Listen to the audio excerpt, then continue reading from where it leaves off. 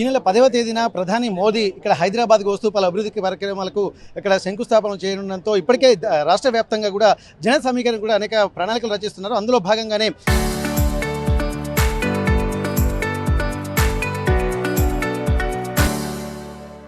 ఇక్కడ Nizamabad parliament MP Dharmapuri Arvind గారు వరంగల్కి వచ్చారు, సమాయత్తం చేస్తున్నటువంటి పరిస్థితి. ప్రస్తుతం ఒకసారి వారి మాటలో ఏం చెప్తారో చూద్దాం. సార్, ఇప్పటివరకు దేశవ్యాప్తంగా ఒక మోడీ చరిష్మా నడుస్తుంది. పశ్చిమ బెంగాల్ ఎన్నికల్లో విజయదుందుబి మోగించిన తర్వాత ఎట్లా ఉంది ప్రస్తుతానికి పరిస్థితి?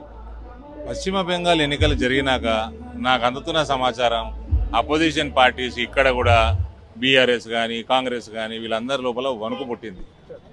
వెస్ట్ బెంగాల్ లాంటి మమతా బెనర్జీ లాంటి బలమైన నాయకురాలని 2/3 మెజారిటీ తోటి ఓడగొట్టి మోదీ గారు ఫస్ట్ తెలంగాణలో అడుగు ఎందుకు పెడుతున్నారు అన్న దానిపైన వణుకు పుట్టుతుంది బీఆర్ఎస్ పార్టీకి, శ్రేణులకి, కాంగ్రెస్ పార్టీ.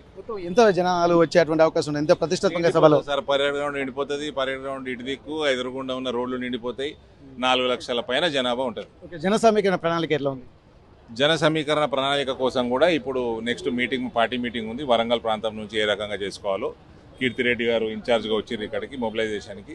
కాబట్టి రాష్ట్ర వ్యాప్తంగా ఏ రకంగా ఎండల తీవ్రత ఎక్కువ ఉంది కాబట్టి మంచి ప్లానింగ్ చేసుకొని మన ప్రజలందరినీ తీసుకుపోయి ప్రతి జిల్లా నుంచి, ప్రతి అసెంబ్లీ సెగ్మెంట్ నుంచి అక్కడ రావాలన్నది పార్టీ యొక్క ప్రణాళిక. ప్రధాని మోదీ శంకుస్థాపనలకైనా లేకపోతే 2020 ఎన్నికల సమరశంకరమైన పూరించబోతున్నారు? రెండు ఉన్నాయి. శంకుస్థాపనలు, మన ఇనాగరేషన్లు, ఇవన్నీ రొటీన్ ప్రాసెస్.